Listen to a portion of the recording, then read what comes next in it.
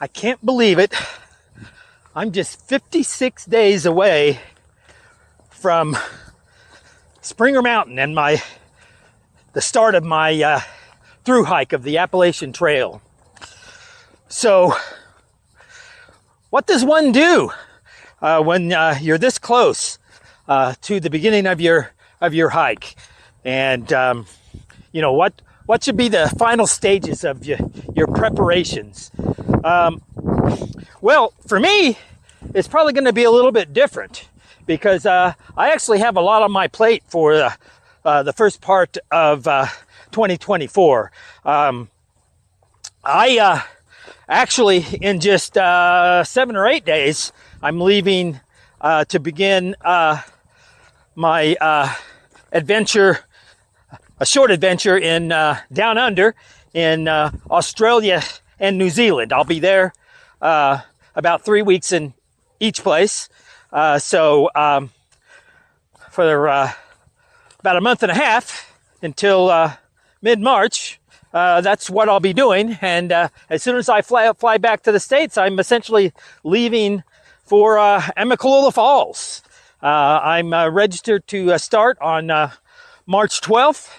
And I'm actually on March 12th. I'm not actually beginning the trail, even though I'll be leaving from the visitors. I'll be leaving from Amicalola Falls. But I decided I wanted to stay in the lodge down there just because I've seen so many other people doing that, and I thought that would be a nice way for me to start. So I'm actually just going to be walking up to the lodge and spend the night in the lodge, and won't actually get to Springer Mountain until the 13th.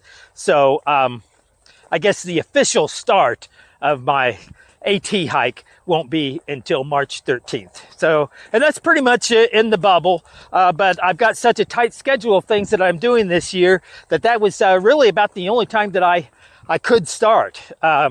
So yeah, so now the rest of my planning, the last video I did, I talked about the gear as it stands right now, but I mentioned that there's still some tweaking that I'm going to be doing to my gear. And so I'm going to be doing a little more tweaking there. I've pretty much taken care of all my airline tickets, including, flying to Australia, New Zealand, and back. And then I'm actually flying back to Dallas, and that's where I'll be picking. Yeah, I've got a lot on my plate. And those of you that are going to be joining, I know some of the people that I've been communicating with have already started their hike very early, and they're on the trail right now. So, but most of you that I've been talking to have not yet begun. And so, yeah, I know a number of you are taking advantage of these last few days to get in a few more shakedown hikes, and that's a really good idea. Those of you that are doing that, I think that's great. I'm going to be, like I said, these last 6 weeks, I'm going to be actually traveling. I'm going to be in Australia and New Zealand, and I will be visiting a lot of parks there, and I will certainly be doing some short hiking, some day hikes, but I doubt that I'll have an opportunity to do any kind of overnight hiking. So I won't necessarily be doing any shakedown hikes, just checking out the beautiful parks and things that I'll be visiting. So shakedown hikes, it's probably good to get in one or two more in these last few weeks before you get on the AT. Now, and I mentioned double checking my gear. My last, what is that? That's interesting. One thing that I actually just did this morning in my preparations to leave is meet up with some friends. I'm going to be on the trail for a good several months, and before that in Australia and New Zealand. So and then a lot of my friends are traveling themselves. So a couple of the friends that I had breakfast with this morning, they'll be doing some of their own adventures, and so I won't be seeing them again for almost a year. Some of them won't be back here in San Miguel de Allende until November and December.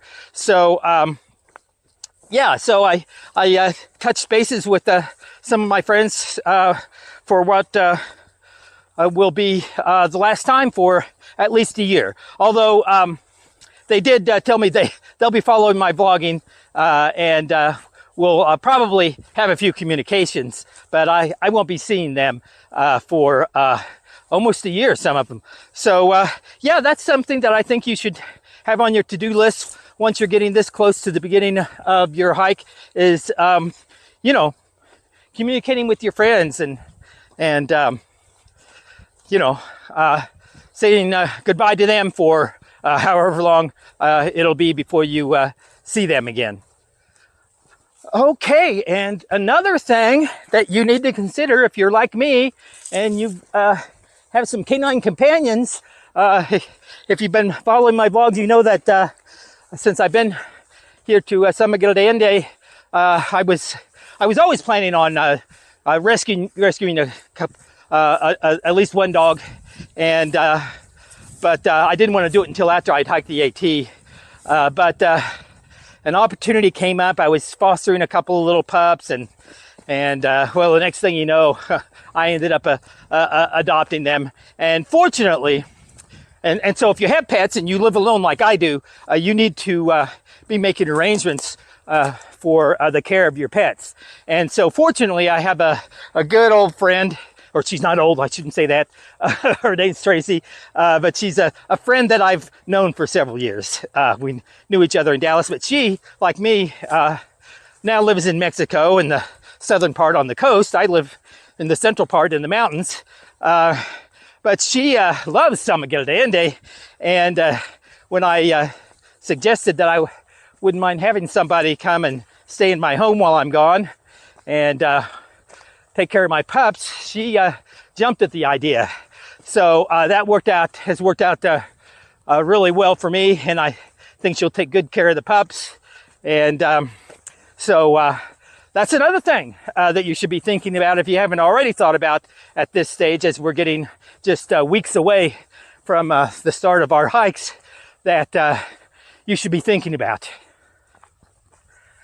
Okay, so at this stage of your planning for the Appalachian Trail, you also need to be thinking about, you know, if there is any more gear that you're wanting to get, and you need to, you know, order it. You're not going to pick it up at Aria or something like that. It needs to be ordered, you know, in these last few weeks. Now's the time to be doing that, because you don't want to order something and it turns out that it doesn't, you don't receive it until it's time for you to, after it's time for you to leave. You want to make sure you get those things ordered with plenty of delivery time. So, and then also maybe time to try them out. You know, if it's something that you would ideally maybe want to do another last shakedown hike with. Those things that you need to get through the mail, you need to get that done now. All right, one thing that really is not going to apply to me, but I know for some of you it will apply to, if you're planning on packing up some food and having it shipped for resupply, for pickup on the trail, you need to be working out the last of those logistics. Not only getting that food, if you're preparing it yourself, or you're just going out and purchasing some things that you're going to have shipped, you need to, you know, get all of that taken care of. If you're, you know, freeze drying some stuff and doing whatever it is people do to prepare their own stuff, which is probably, it'd be good if I would have done that. It would have helped me keep a healthier diet, but I am not inclined to do that, especially since I'm actually going to be going from Mexico and back to the States. There's customs issues and things like that, so that's not really an option for me. But for those of you that it is an option, you need to make sure that you're getting all of that done, and you're going to have to have somebody that you're going to be coordinating with that will be shipping those things periodically to you. And so you need to get all of those logistics figured out as well. And, another thing I did since these last couple months before I take off was a little bit different than everyone else, since I'll be traveling is I went on the community page of my YouTube channel and posted a question to people there about, you know, whether or not I should even bother continue doing my preparation vlogs while I'm traveling in Australia and New Zealand, since I really won't be doing that much preparation while I'm there. And I've got a few responses already, and so far it's unanimous, actually. People do want me to continue doing my vlogs. Someone just said, well, I'd like to see what you're up to in Australia and New Zealand. So it may not be related so much to hiking or the especially the Appalachian Trail. But yeah, I'll go ahead and continue my my vlogging then, so you all can sort of come along with me on that adventure as well. Okay, one more thing before I conclude this video. The last video I did was sort of a rundown on where I stand with my my gear right now, and I had some people concerned because I didn't weigh everything to figure out you know, what my weight is. As I said, I'm still tweaking it, and a lot of those things that I showed you, I told you I was on the fence about, and may or may not take, like, you know, like my inflatable pillow, that kind of stuff.